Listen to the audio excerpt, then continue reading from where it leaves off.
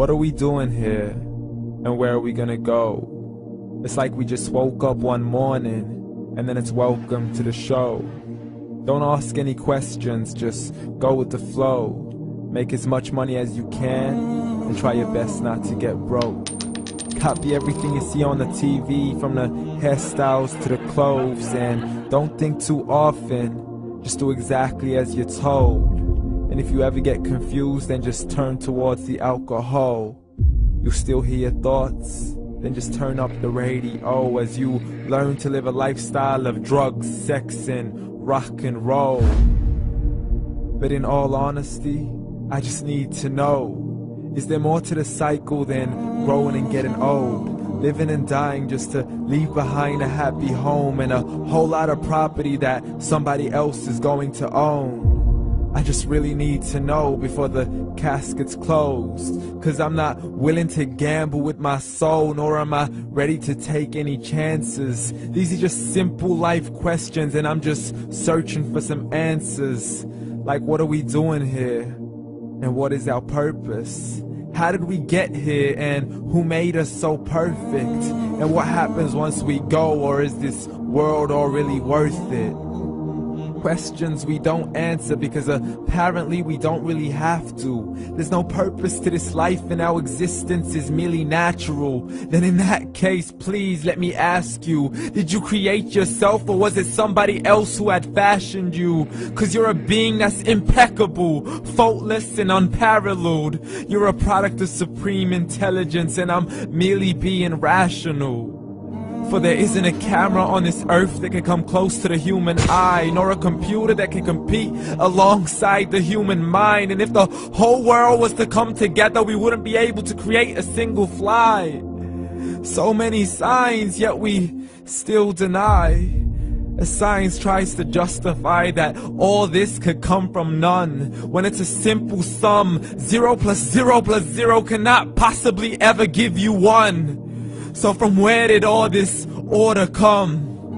For everything has its origins, a maker, a creator of its own. I mean, the only reason you're watching this video is because somebody had to press upload, so we can believe in the Big Bang, but I'd rather believe in He who caused it to explode. Allah, the creator of everything, along with every single soul. The ever-living, the master, the only one who is in control. Unlike his creation, beyond our imagination. And no, he's not a man, nor does he have any partners in association. He's on his own. And no, he did not ever leave us alone. Just like every manufacturer, he left us with an instruction manual. The Quran and Islam, and I'm sorry to jump to conclusions, but it's the only one possible.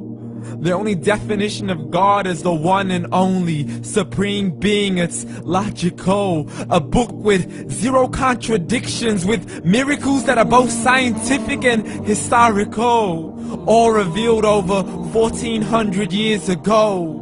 Like the detailed description of the human embryo. The descriptions of the human embryo in the Quran cannot be based on scientific knowledge in the 7th century. To the mountains as pegs holding firm the earth below, and the 2 seas that don't mix in a complete separate flow. To the planets in orbit, alternating night and day as they stay in flow. The expansion of the universe and the creation of everything from H2O. To the stories of the past and the preservation of Pharaoh. To identifying the lowest point in the land where Persia defeated Rome. The gushing fluid that created man in the glands between the ribs and the backbone. And not a word has changed, it's still the same. So please explain how all this was known over 1400 years ago. To a man who couldn't read or write, as he would recite whatever the angels spoke. And if you still don't believe, please try to come up with something that's even close. But you can't, so we took God as a mockery and his messengers as a joke. Muhammad could not read or write.